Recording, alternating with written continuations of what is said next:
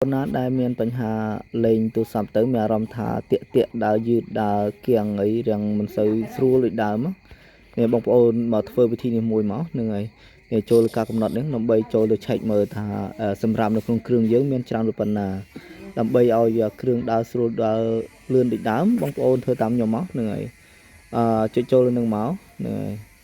ចូលលើការកំណត់ហើយបងប្អូនអូសលើមកហ្នឹងហើយអូសលើមករកពាក្យថាការថែទាំថ្មនឹងឧបករណ៍នេះហ្នឹងហើយការថែទាំថ្មនឹងឧបករណ៍បងប្អូនប៉ះលើនឹងមួយមកហ្នឹងហើយដល់នេះវានឹងបង្ហាញទំហំផ្ទុកហ្នឹងហើយទំហំផ្ទុកជាច្រើនហ្នឹងហើយដើម្បីឲ្យបងប្អូនចែកមើលហ្នឹងហើយដល់អញ្ចឹងបងប្អូនមកចុចលើពាក្យថា RAM នេះក្រោមនេះណានេះប្រើចុចមើលនេះនៅពេលខ្លះកាលណាដែលយើងលេងយូរដែលយើងអត់បានចូលទៅសម្អាតវាធ្វើឲ្យទូរស័ព្ទយើងនឹងវាមានការគៀងល្អល្អួលដើមទៅស្រួលដែរហ្នឹងហើយអានេះខ្ញុំធ្វើនៅលើ Samsung បងប្អូនមិនសិនមានទូរស័ព្ទផ្សេងរកឃើញជួយ comment ប្រាប់ផងហ្នឹងហើយអធិស្ឋានបងប្អូនផងបើសិនជាតបអត់ទាន់ពេលវេលាឬមួយអត់បានមើល comment ហ្នឹងហើយសូម comment បន្តផងអូខេអរគុណចូលលើ RAM pad នេះមកហ្នឹងហើយចូលមកលើ memory មកចូលមកនេះបងប្អូនកំពុងតែពិនិត្យហើយដល់អញ្ចឹងចាំមើលតើយើងទូរស័ព្ទយើងវាមានសម្រាប់ប៉ុណ្ណាឥឡូវនេះសម្រាប់ 3G ហើយ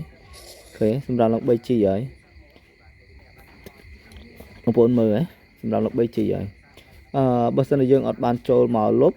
វានឹងធ្វើឲ្យទូរស័ព្ទយើងនឹងវាដើរអាក់ល្អួលគៀងញយដងដែរហ្នឹងហើយបងប្អូនចុចពាក្យថាសម្អាតនឹងមកនេះចុចពាក្យថាសម្អាតនឹងមកដល់អញ្ចឹងវានឹងសម្អាតកម្មវិធីដែលយើងលេងទាំងប្រមាណហ្នឹងវានឹងសម្អាតដែរថាសម្រាប់មានប្រមាណដល់អញ្ចឹងនេះបងប្អូនចំណេញទំហំផ្ទុកឡើងវិញឡើងច្រើនណាហ្នឹងហើយបើសិនជាបងប្អូនណាដែលមាន RAM ច្រើនបងប្អូនអាចចូលទៅមើលលើនឹងទៅថា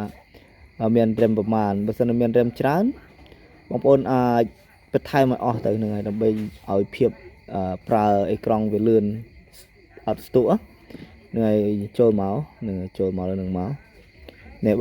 បើគ្រឿងស័ព្ទខ្ញុំមានត្រឹមតែ 8G ទេបងប្អូនខ្លះមានដល់ 12បើសិនបងប្អូនដាក់ RAM តិចវានឹងដើរយឺតហ្នឹងហើយដល់អញ្ចឹងដាក់ iPod ចេះមកហ្នឹងហើយ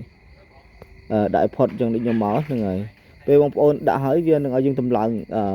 បើកគ្រឿងសារមីនេះអូខេពេលបងប្អូនចុចហើយនឹងពឹបវានឹងបិទបើកគ្រឿងសារថ្មីហ្នឹងហើយបិទបើកគ្រឿងសារថ្មីវាហើយបងប្អូននឹងបានលេងលឿនល្អិលជាងមុនហើយហ្នឹងហើយអញ្ចឹងហើយបងប្អូនចុចតម្លើងទៅតែខ្ញុំអស់ហើយផុតហើយនឹងខ្ញុំដាក់លេខ8ដដែលនេះព្រោះខ្ញុំអស់ហើយមានតែប៉ុណ្្នឹងហ្នឹងហើយអូខេគឺជាការ